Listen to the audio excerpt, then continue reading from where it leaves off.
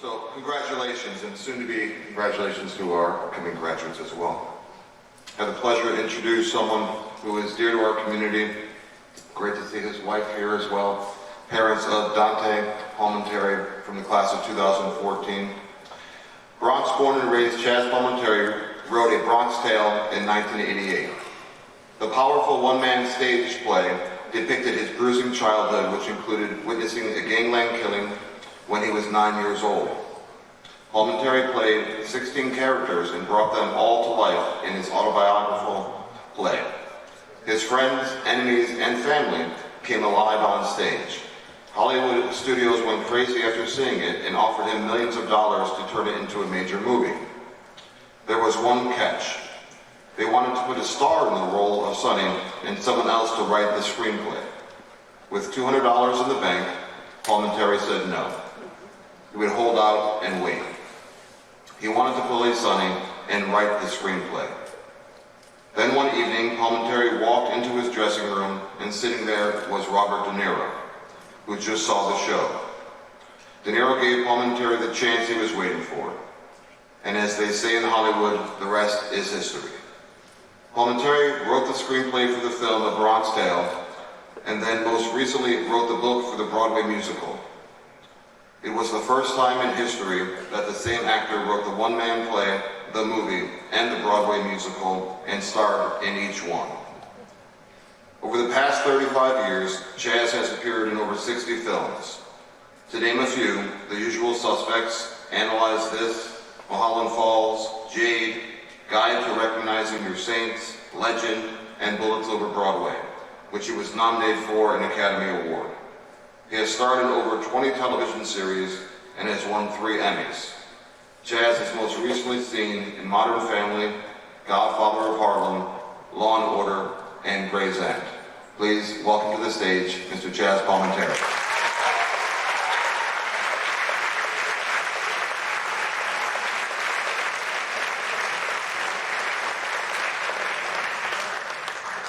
Wow, after all that, that was very nice.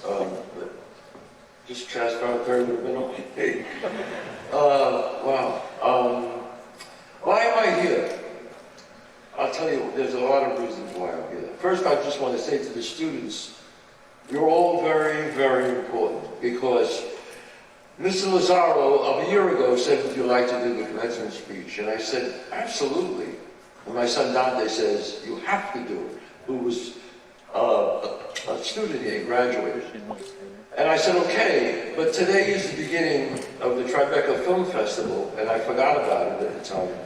So I just told Robert De Niro that I'm going to be late to be there to do this for you. And that's what it never happened.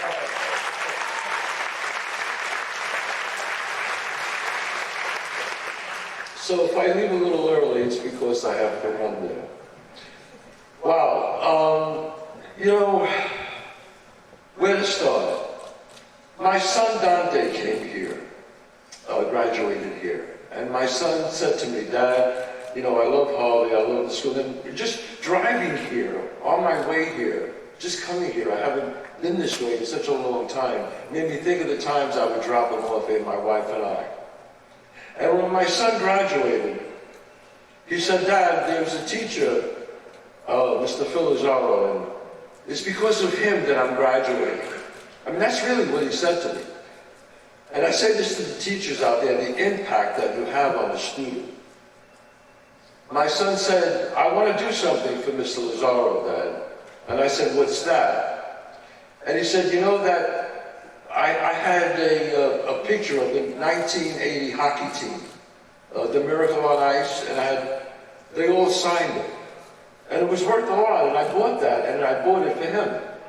And he said, Mr. Lazaro is a big hockey fan, and I want to give it to him. I said, are you sure you want to give that to him? I said, that's going to be worth a lot of money one day. And he said, it'll mean more to him than it'll mean to me. Would you mind if I give it to him? Because if it wasn't for him, Dad, I don't know, how I would be. He really said that to me. So I gave that. I said, go ahead, go right ahead, give it to him. My son gave it to Mr. Lazaro, and don't ever sell that. It's going to be worth a lot of money. And I said, Dante, whatever you want. And when Mr. Lazaro asked me to speak, I said I would. He told me the story, Mr. Lazaro, about how I started. I was, again, briefly, I was 9 years old. I was sitting on a stoop and a man killed a man right in front of me. And I thought about it.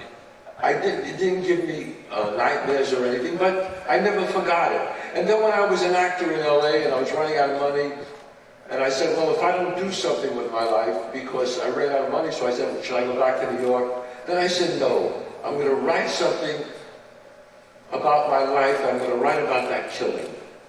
And I started writing each day, and I worked 8 hours, 10 hours every day, and I would perform it at my theater. And I kept working and working. And after 10 months of working really hard, I performed this one-man show, and it exploded and changed my life. And I'm telling you the story for a reason, because it's about working hard. You can't get around it. You cannot. And the moral of the movie that I wrote, and I love to speak to young people, is the saddest thing in life is wasted talent. You all have talent out there, all of you. Every one of you have the talent that you could do anything you want. Anything. So I know some of you look at people like me, actors and movie stars, and think, oh my God, they have it made. You're much richer than I am. You are. And you know why? Because you have time. Time. You're all so young, and you could do anything you want. Anything. I wrote down some of the things that will help you get to your goal. Okay? First, I'm going to say, some of you out there maybe didn't get into the college of your choice. Your #1 college. That means nothing. Zero. I didn't get into any colleges that I wanted to get into. I wanted to go to Fordham, because I was from that area, 187 at Belmont. Fordham, no, I was not a good test student, just like my son was. My son has dyslexia, and I have dyslexia. I didn't know that till my son had it. My son, his first college he wanted to get to was Berkeley, and he got into Berkeley, thank God. And he graduated Berkeley in Boston. But if you don't get into the college of your choice, don't even worry about it. It means nothing. I ended up going to Bronx Community College. And you know what? It ended up okay.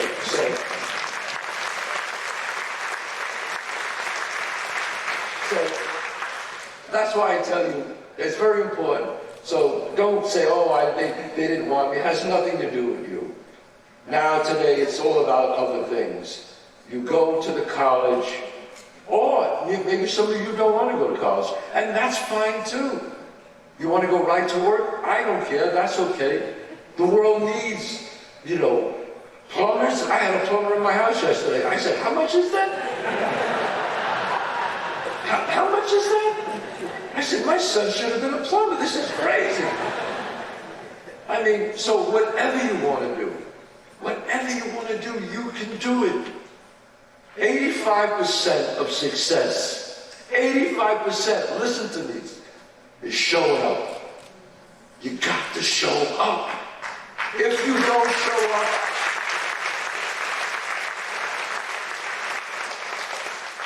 don't show up, nothing happens.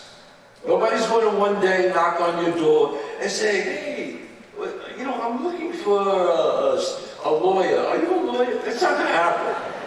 It's not going to happen, folks. You have to show up.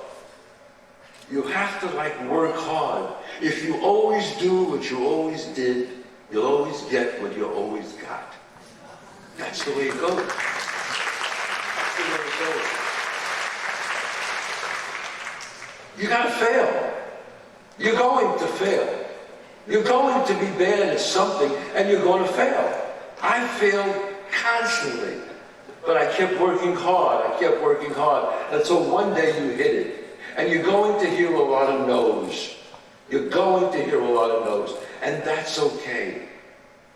I can make you feel better about all the no's you're going to get in life right now. How about if I told you all, you're going to get, the next things you go out for, you're going to get 40 no's. But the 41st no, the 41st part, when you go try, is going to be a yes. How would you feel when you got 10 no's in a row? You're going to say, oh man, just 30 more no's. As soon as I get these 30 no's out of the way, that's what I'm going to hit. That's how you got to look at life. You got to keep on trying, trying, trying. And be careful of your friends. You will be judged by the worst of your friends. Never forget that. Okay? And if you're the smartest guy in the room, you're in the wrong room.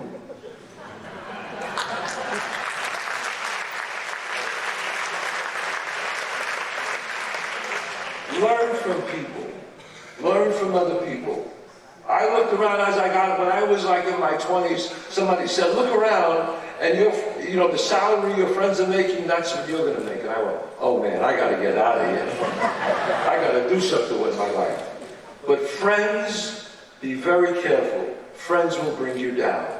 So choose your friends wisely. You know that old saying, birds of a feather flock together? There's a reason why they say that. Okay?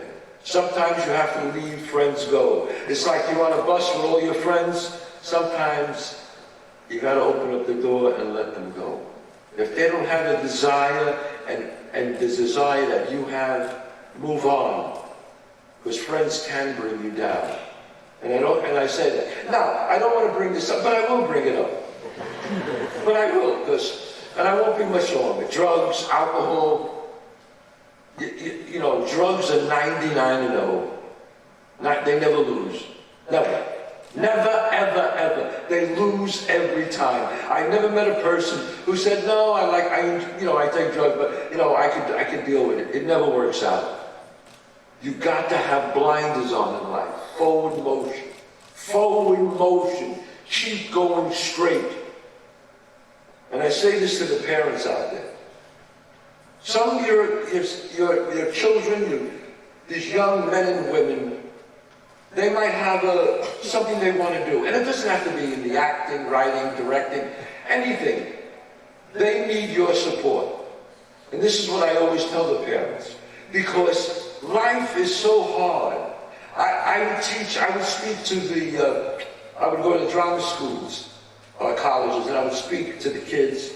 I call them kids because, I'm old then, but I would speak to the kids and I would tell the parents.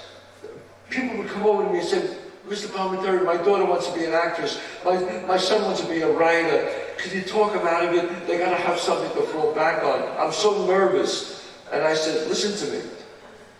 You have to support your kids. You have to. Because life is so hard. Don't worry. Don't get beat up. They'll get constant no's, and if they're not good at what they do, they'll give it up. They will. But they don't need not to have the support of the parents. They don't need that. Because only two things can happen, and they're both bad. They won't make it, and they'll resent you, or they will make it, and they'll resent you. So, it's better to give them the support. They'll get banged up enough, and they'll learn. And I just want to say,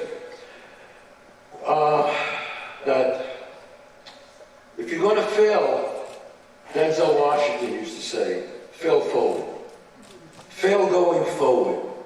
Don't worry about, you're 15 years old, you're going to make mistakes, 16, whatever. You're going to make mistakes. Don't worry. 17, excuse me. You're 17 years old. You're going to make mistakes. You're going to fail at something. As Denzel said, fail forward. Keep going forward. Don't go backwards. I just want to say, it's really a pleasure to be here. I'm excited to be here. I'm excited that my son went here. My son is doing very well living in LA. And now I call him and say, hey, Dante, you want to lend me some money here or what? God bless you all. And don't forget, God bless. Thank you.